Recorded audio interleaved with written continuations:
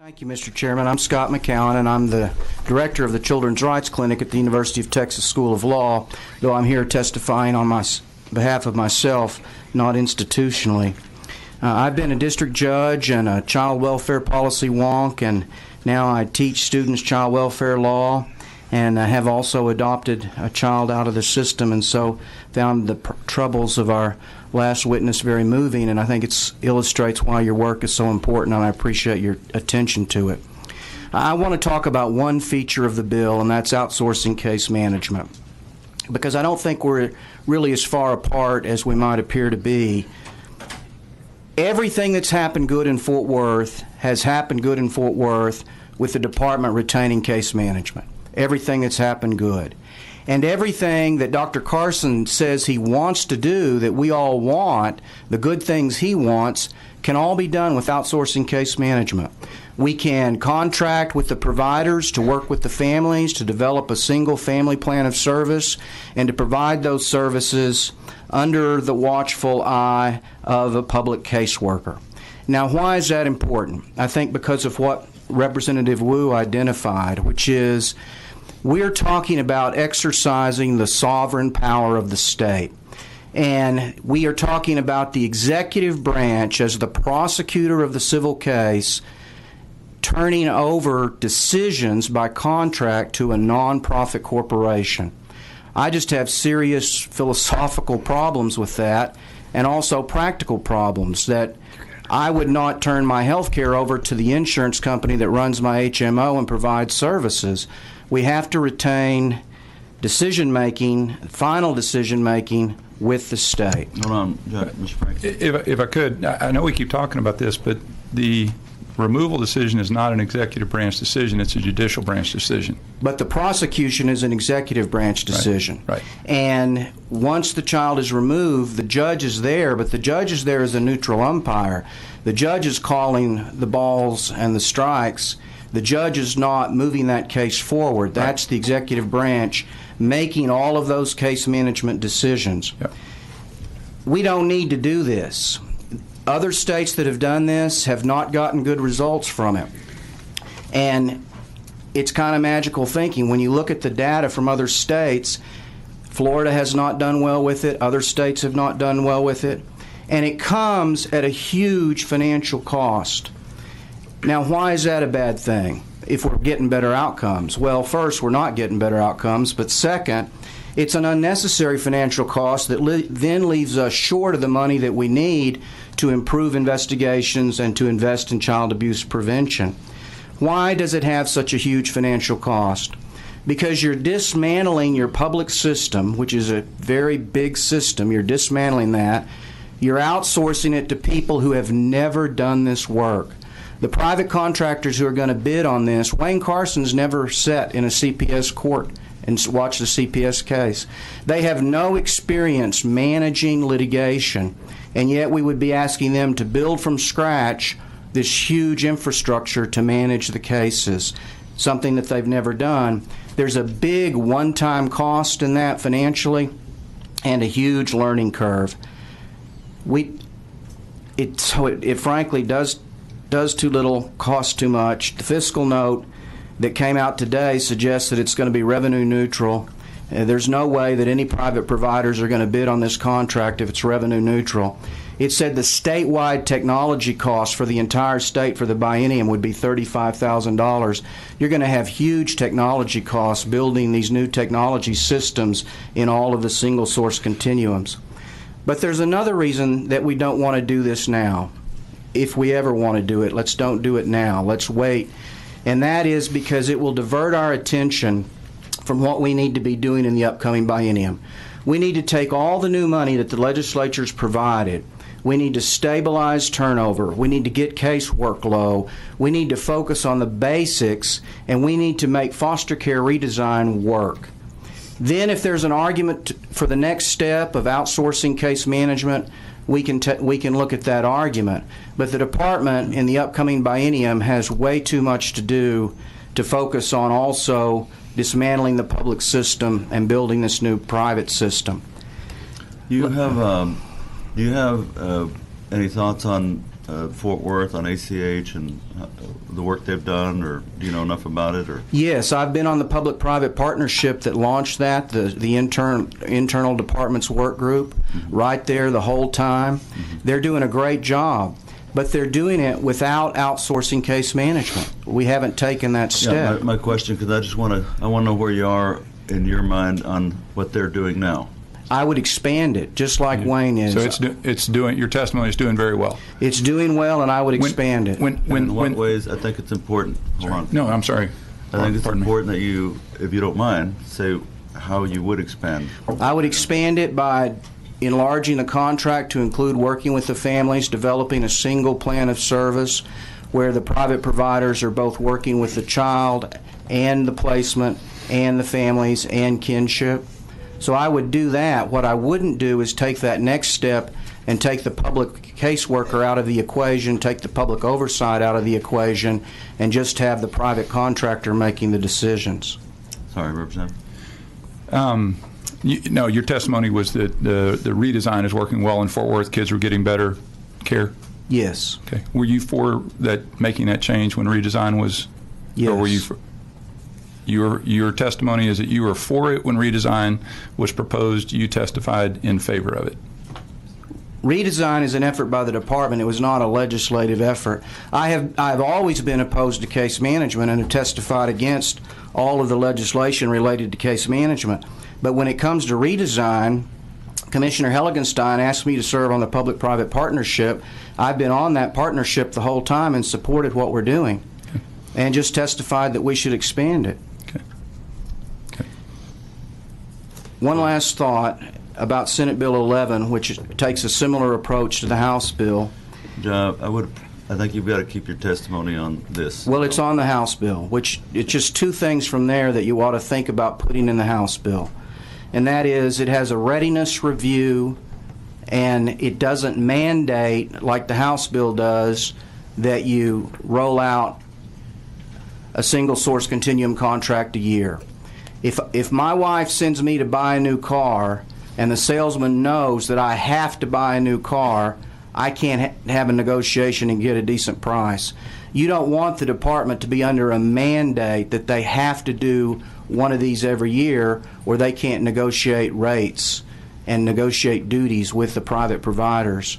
So the way the statute is now, it's a mandate. I don't see any flexibility with the bill. There's actually there's a tremendous amount of flexibility for DFPS to choose where to go based on what communities are prepared. I think part of the problem with this, and I understand your disagreement with where that I believe we are heading, and I think the plan is basically to say let's slow it as much as possible, and I get that. I think that's a significant part of the problem, and a reason that redesign has been so slow to be rolled out is because basically we're kind of we are not committed to rolling it out. And I think there are many that think that we just need to make the decision to make this work as effectively as possible across the state. I don't think the folks on the ground doing redesign would tell you they could have gone much faster.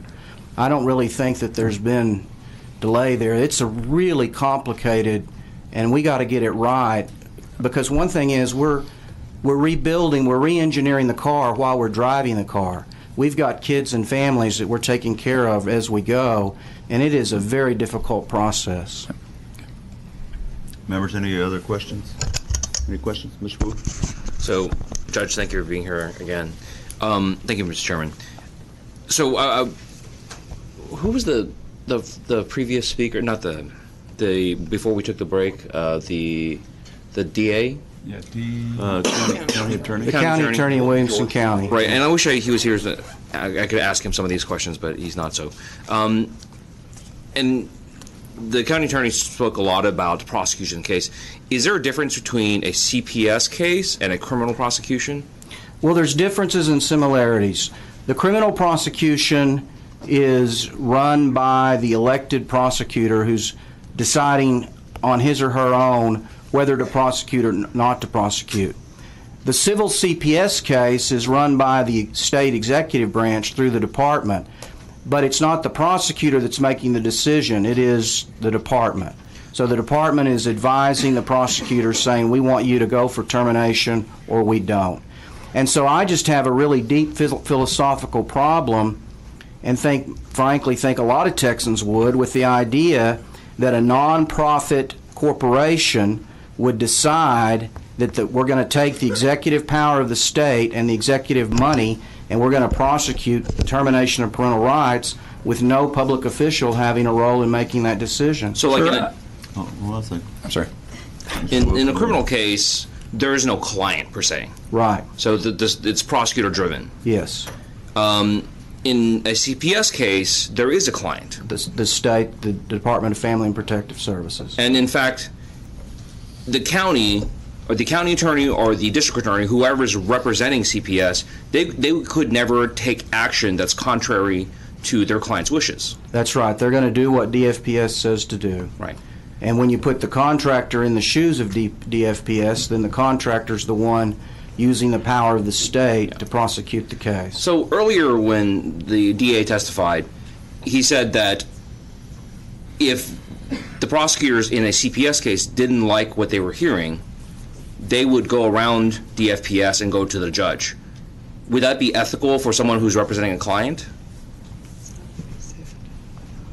No. I mean, you've got to be loyal to what your client wants done.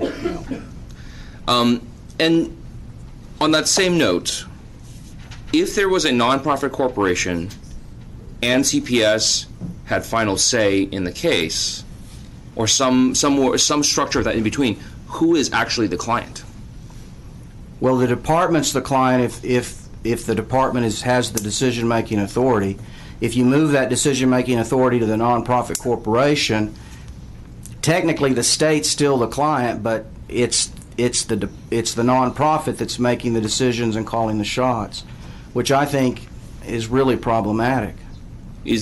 Would there be any issues with attorney-client privilege? Well, the Senate asked that same question. There could be. I think there are ways you could structure it honestly, to be honest with you, to get around the attorney-client privilege. I think you could preserve that. But I think what you would be losing is the public decision-making. You would be having instead private decision-making. All right, thank you. I mean, I'm sorry, Mr. Frank. yeah, I mean, you said with no, I mean, a private entity making this decision with no public oversight. That's right. Okay, CPS is the one at the start that investigates, correct? That's CPS, right. that doesn't change under this bill. That's right. So we move down. They finally decide to take them out. We move them to the SSCC. So the private agency has them. You still have you have the county attorney that's prosecuting it. You've got the judge who is making the call, and somehow, and you have input from a number of other people: CASA workers, guardian ad litems, attorney ad litems. All of those people have an input, and yet you're saying that one entity's decision is going to override all of that government interference or influence. Definitely, and for two reasons. A legal reason and a practical reason. What if the county was making what if it was at one of the government entities? Well, then it would be public. It would Same be the problem? county. It would be the county. So it would be a political subdivision. So counties do exercise some authority, just like school districts or others. So in that case, do you have a problem with it? If it's, Not if it were. If it was a government entity doing this as an SSCC, no, is the same argument there? Or is it no, simply because it would be public at that point. Okay. And there are county-based systems across the country. But if I could answer your question on why, legally, you're talking about the decision maker being the executive branch, deciding we're going to spend the state's money, we're going to prosecute the case. That's all would be transferred to the private corporation to make that decision. You wouldn't have that public oversight. The county attorney would be taking their instructions from the nonprofit corporation. The judge is a neutral umpire. He or she's not saying, yes, we're prosecuting this one, no, we're not. What they're saying is, at the end, what the decision is, the legal decision, calling the balls and strikes. The costs and the ad litem don't have any access to the state's authority and the state's finances. You have significantly more confidence in the government than I do, or that many of the people who have dealt with CPS have. But I appreciate your opinion. I would like the check and balance.